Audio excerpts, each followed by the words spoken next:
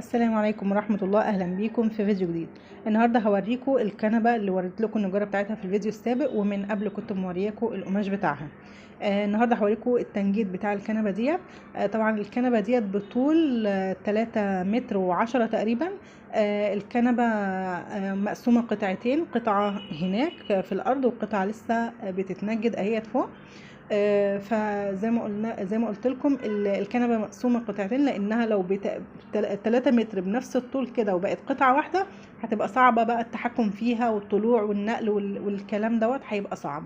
فالافضل والامتن ان هي تبقى قطعتين. وزي ما انتم شايفين كده الكنبه الارضيه بتاعتها معمول فيها الحديد الزجزاج.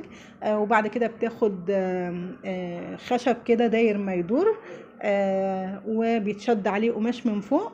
ده كده ايه تأسيس الأرضية من تحت. لسه بقى هيتحط عليها لوح سفنج، بيبقى اللوح دوت بوصة، وبعدين بيتشد عليها في الآخر القماش بتاع الركنة، وزي ما معمول في القطعة اللي هناك هوريكم دلوقتي. زي ما انتم شايفين كده دلوقتي دي كده الأرضية بتاعتها متشطبة، والسفنج اللي احنا بنحطه اللي هو البوصة هوريه لكم دلوقتي.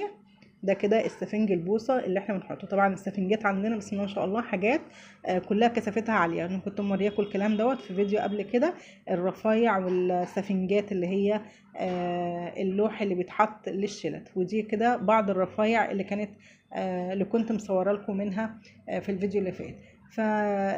فالسفنج بتاع الشلته هيبقى كثافه 48. الارض الدراعات برضو بيتحط لها سفنج حوالي 5 سنتي، وبيتعبى فايبر.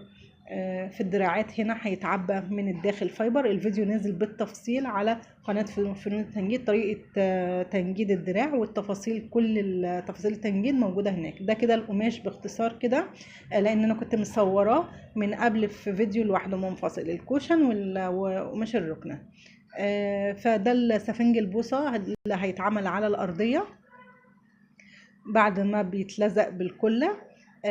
بيتشد عليه القماش زي ما انتم شايفين كده، القماش بيتفرد، وبعدين بيتاخد بقى ايه المقاسات بتاعته مظبوط، وبيتقص البواز بتاعة الركنة، وبتتخيط على المكنه، وبعدين بتتلبس كده زي كسوه، وبعدين تتشد من تحت الاطراف بتاعتها عشان تبقى محكمه على الركنه او على الكنبه. ان شاء الله في الفيديو الجاي هوريكم بعض التشطيبات بتاعه الركنه بتاعه الكنبه.